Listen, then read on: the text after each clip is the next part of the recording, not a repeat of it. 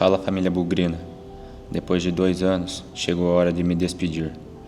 Desde que eu cheguei, o Guarani me acolheu como se fosse a minha casa e sempre terá um lugar especial na minha história. Pro Matheus, passa Caio, o Matheus tá livre, dominou, bateu de pé esquerdo! Gol!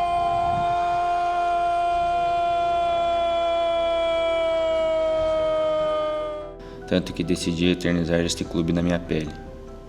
Fui muito feliz vestindo essa camisa tão pesada. Também vivi momentos difíceis, mas mesmo diante das dificuldades, recebi o apoio até no momento mais delicado da minha carreira. Falar que o Bueno é fudido, velho. Esse moleque é fudido. Perdeu o irmão dele ontem. Em nenhum momento ele negou estar aqui com a gente. Agradeço a todos que fizeram parte da minha trajetória aqui no Bugre.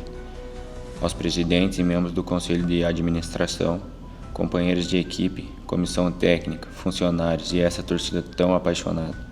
Podem ter certeza de que, em todos os dias que estive aqui, dei a minha vida pelo Guarani. Deixo o clube com um sentimento de gratidão e desejo melhor sempre. Até um dia, Guarani.